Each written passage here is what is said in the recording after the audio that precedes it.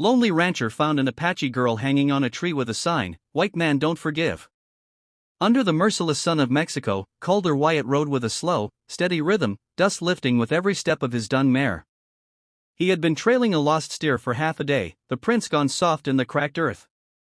The silence out here was sacred, broken only by the faint creak of leather, the whine of wind, and the occasional call of a distant hawk. Calder liked it this way. Alone, quiet, predictable.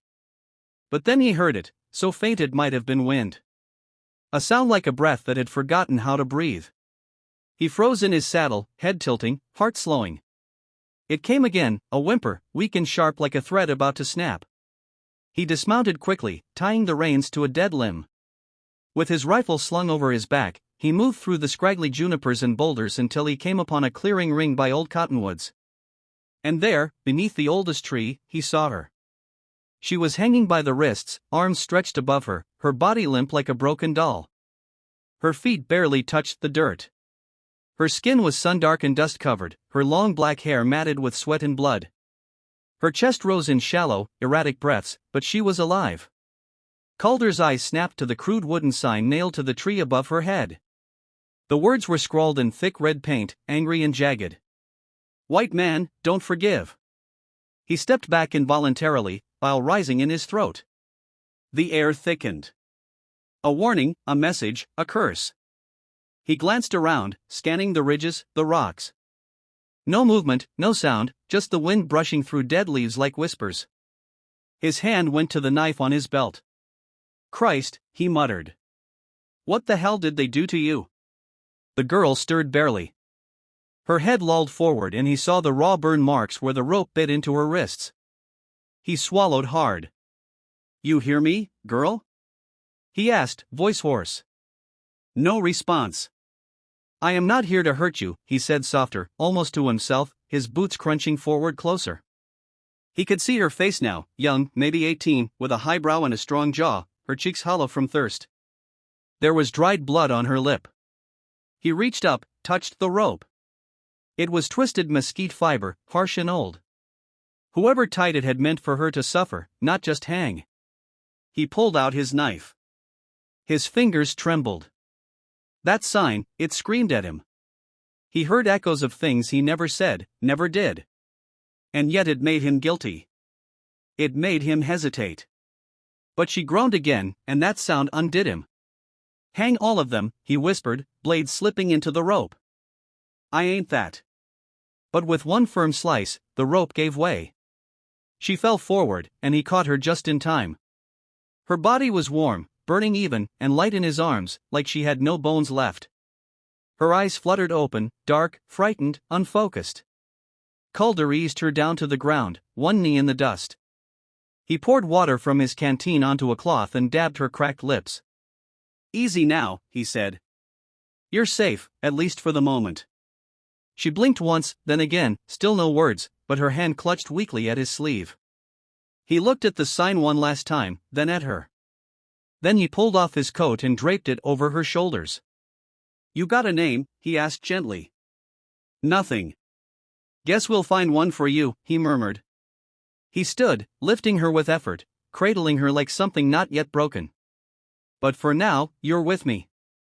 And with that, Calder Wyatt stepped back into the wilderness, carrying a girl marked for death and a secret heavy enough to hang a man. The sun was dipping low by the time Calder reached his ranch. Just a modest outpost clinging to the edges of a desert too stubborn to forget violence. A single windmill creaked on the edge of the fence line, and the old barn sagged like it mourned something.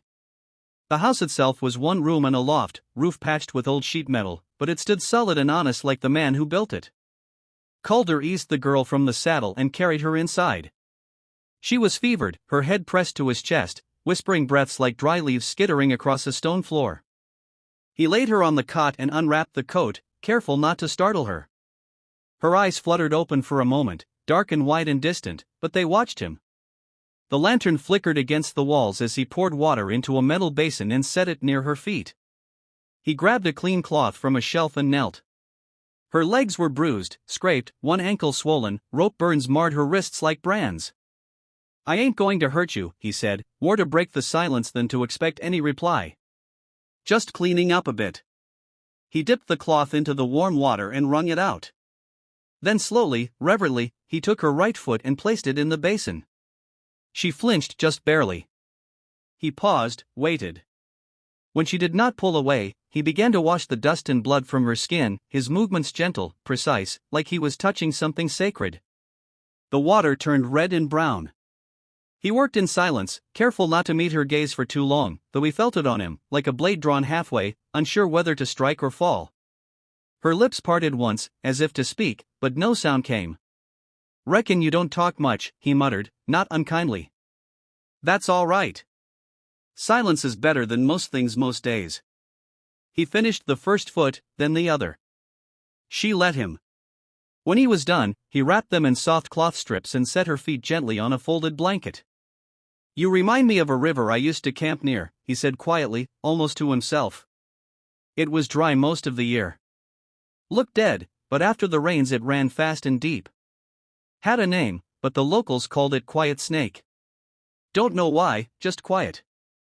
He looked at her again, studying her features in the lamplight, cheekbones sharp as ridgelines, lips cracked but full, dark lashes thick with sand. She was young, too young for this kind of suffering. But there was something old behind her eyes, something that did not flinch from pain, only waited for it to pass. "I'll call you Lena," he said softly. "Just for now. You look like Elena. Quiet but strong." She blinked once slowly. No protest. No nod, just breath. Calder stood, hands wet, and reached for a blanket to cover her. He tucked it around her shoulders, then stepped back. "If you're hungry, there's beans. Not much, but better than air." Still no answer. He grabbed his bedroll and dragged it toward the door. He would sleep out by the barn tonight. Give her the space. It was not right for her to be watched by a stranger, especially not one with blood in his past and questions in his eyes. Before he stepped outside, he looked back one last time. She had shifted slightly, eyes closed, lips no longer trembling. The basin still sat beside the cot, tinged with the color of what had been done to her. He picked it up and emptied it outside, watching the water soak into the thirsty ground.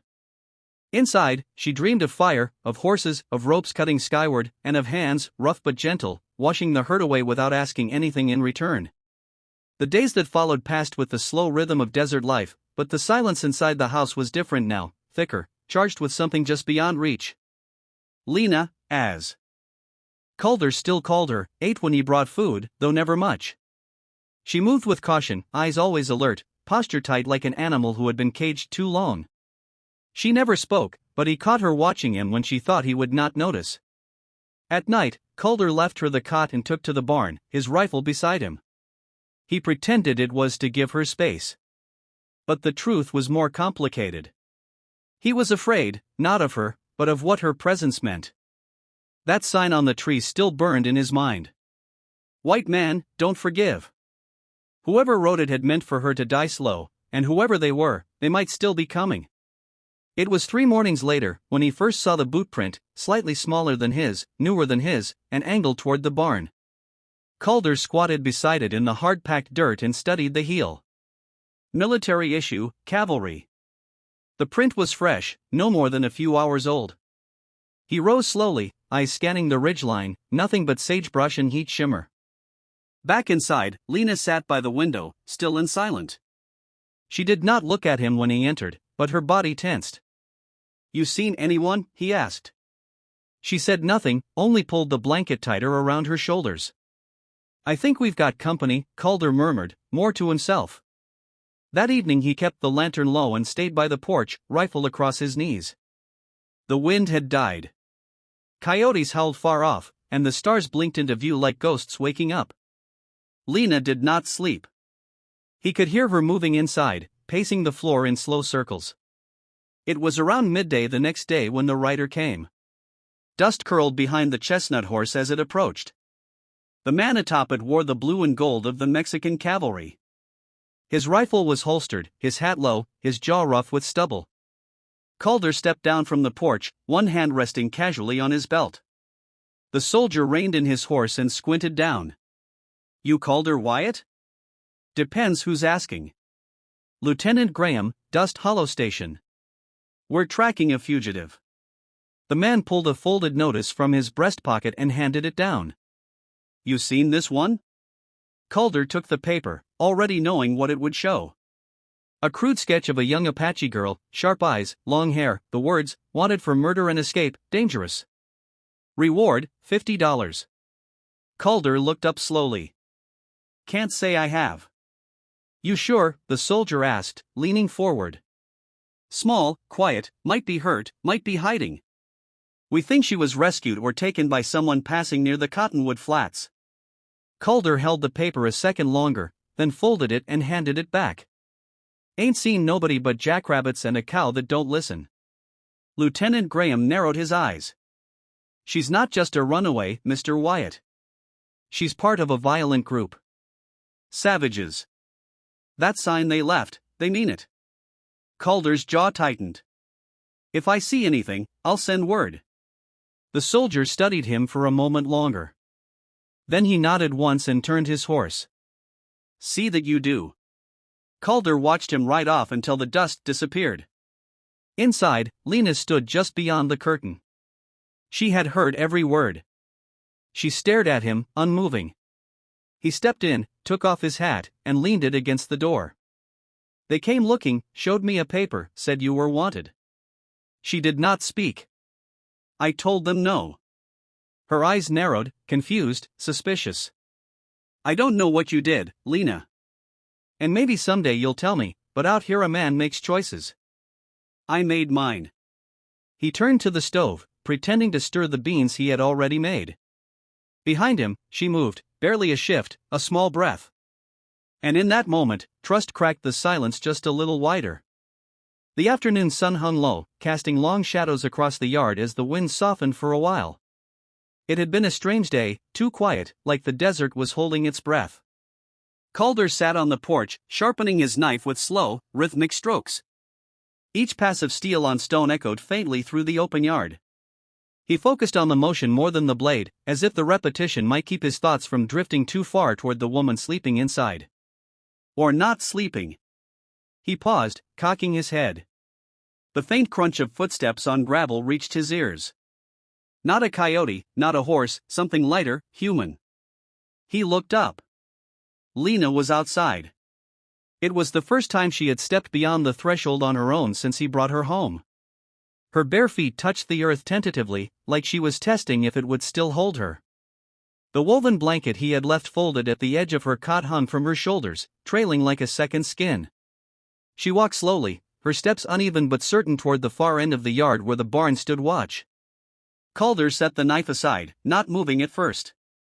He watched her, not wanting to shatter the moment. She looked smaller in the light, more fragile, and yet something in the way she moved had changed.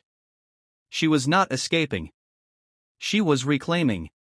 She reached the bare patch of dirt near the barn, a place where the wind had swept clean all debris.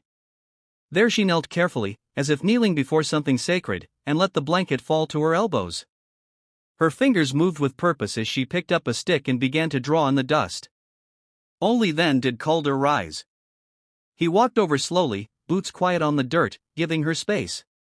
He stood a few feet behind her, watching her hand trace lines into the earth.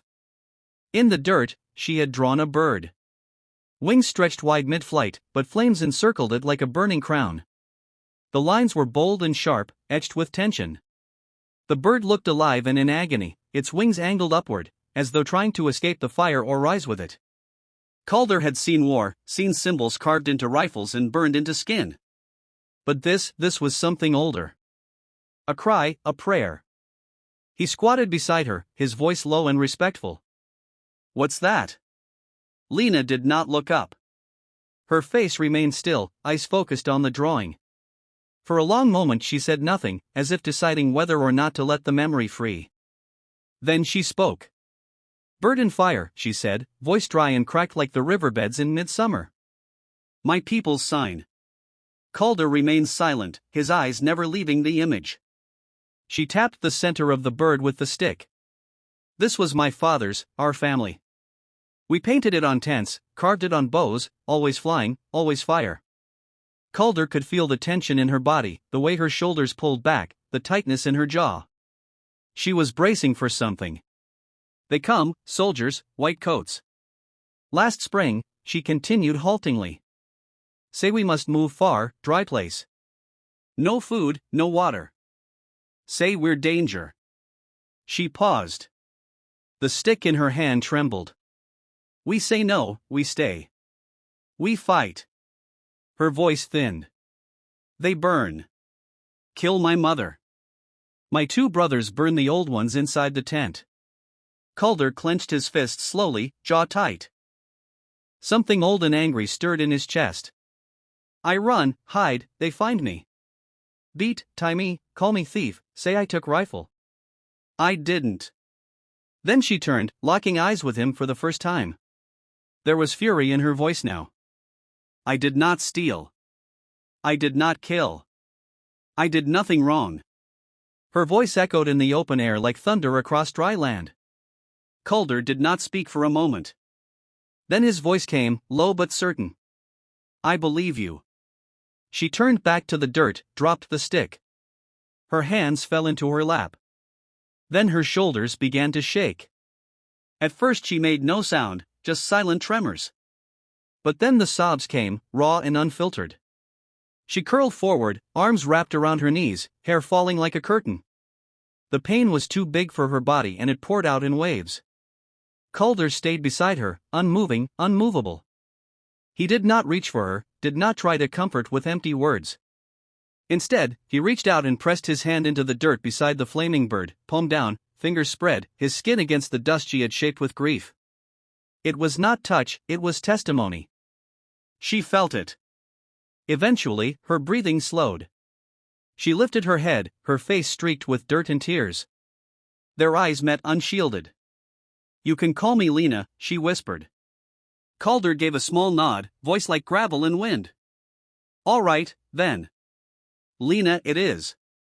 They sat together in silence as the sun slid behind the ridge, and the fire burned in the dirt faded into shadow, but its ashes, like the truth, remained. That night, the wind whistled low through the rafters, whispering through the thin walls like a ghost remembering its name. Calder sat by the fire, boots off, shirt sleeves rolled, tending a kettle of beans. Lena stood by the window, arms folded around herself, watching the night settle over the desert. The silence between them no longer felt like a wall. It was something gentler now, like shared breath. She turned suddenly. You want to know the truth? Calder looked up, his spoon pausing mid-stir. He nodded once, careful not to press her with words. She walked slowly to the table, sat across from him. Her voice was quiet but clear. My father was a minor chief, she began. Our band small, peaceful. We traded with settlers, even learned their god. We had rules, boundaries. We wanted to live. Calder listened, his face unreadable but focused. Full winter ago, she continued. A white woman was found dead near our hunting ground. Throat cut. Her husband said it was us. Her fingers tensed around the table's edge. But it was not. She died because he killed her. Everyone knew, but they blamed us. Her eyes found Calder's. The soldiers came, not just them. Ranchers, too. Townmen with rifles in fear. They said they were taking justice. She swallowed hard, the pain rising in her throat. They burned our camp, shot my brothers while they slept. My mother died holding the prayer beads the priest gave her. They left my father hanging from our council pole. Calder lowered his eyes. They found me in a hollow tree. I was hiding. I had a knife, but they took it. Said I was planning revenge. Said I was dangerous. They tied me, questioned me, beat me. Then they took me to that tree you found me on. Hung me up like bait. For who? Calder asked, his voice a low scrape. For the rest of us, for anyone still alive and angry. She stared at him, then asked softly. Why did you cut me down? He looked at her for a long moment, the fire crackling between them. Because once, he said, his brow furrowed. My family, Calder said, voice flat. Last spring raiders hit our ranch. Apache, they said, maybe it was, maybe it wasn't. I was out hunting. Came back to ashes. My sister was 16.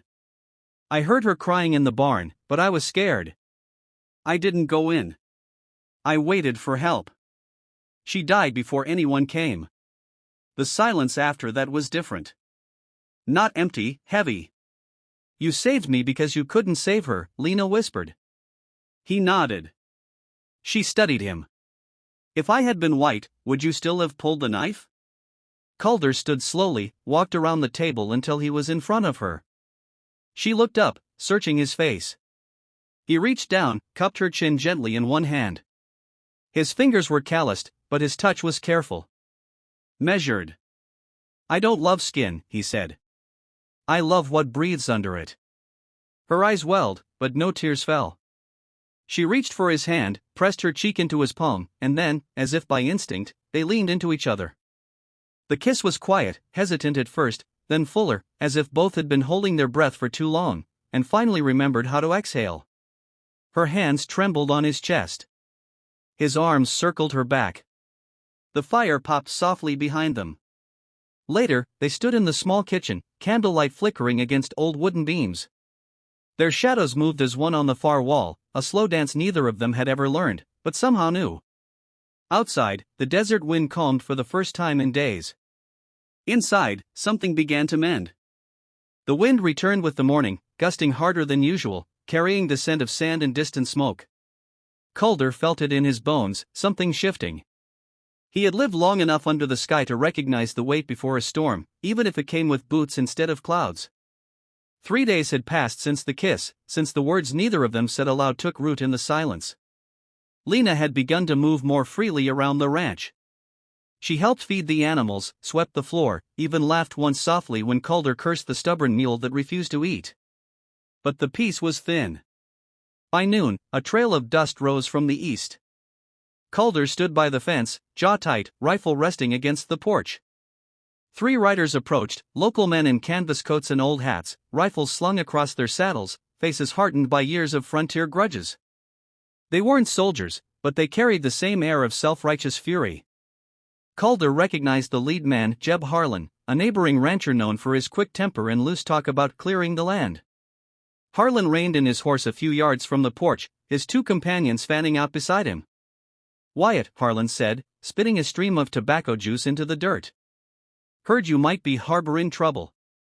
Calder didn't move, his hand inching toward the rifle. "Trouble finds its own way, Harlan. What brings you out?" One of the men, a wiry fellow with a scarred cheek, sneered. "That Apache girl. The one wanted for killin'. Word spread she was cut down from that tree. And folks say you were riding that way." Inside the house, Lena froze by the window, her breath catching. She grabbed a knife from the table, gripping it tight. Calder kept his voice steady. "Folks say a lot of things. Don't make 'em true." Harlan leaned forward in his saddle, eyes narrowing. "That sign was clear, Wyatt. White man don't forgive. You talking her side over your own kind?" "My own kind?" Calder echoed, a bitter edge creeping in. "You mean the kind that hangs a girl to die slow? That ain't my kind." The scarred man drew his rifle halfway from its scabbard. "We ain't leavin' without her. Hand her over, or we'll take her." Calder snatched his rifle, leveling it in one fluid motion. "You step foot on my land, and you'll be burying your own." Tension hung thick as the dust in the air. Harlan's horse shifted nervously. For a long moment, no one moved. Then, from the house, Lena stepped out onto the porch, knife in hand, her eyes fierce. "I am not yours to take," she said, voice cutting like the wind. The men hesitated, surprised by her presence and her words. Harlan cursed under his breath. "This ain't over, Wyatt. The law'll hear about this." He wheeled his horse around, signaling the others to follow. They rode off in a cloud of dust, but Calder knew it was only a retreat, not an end. That night, as the stars wheeled overhead, Calder and Lena sat by the fire. "They'll come back," he said quietly.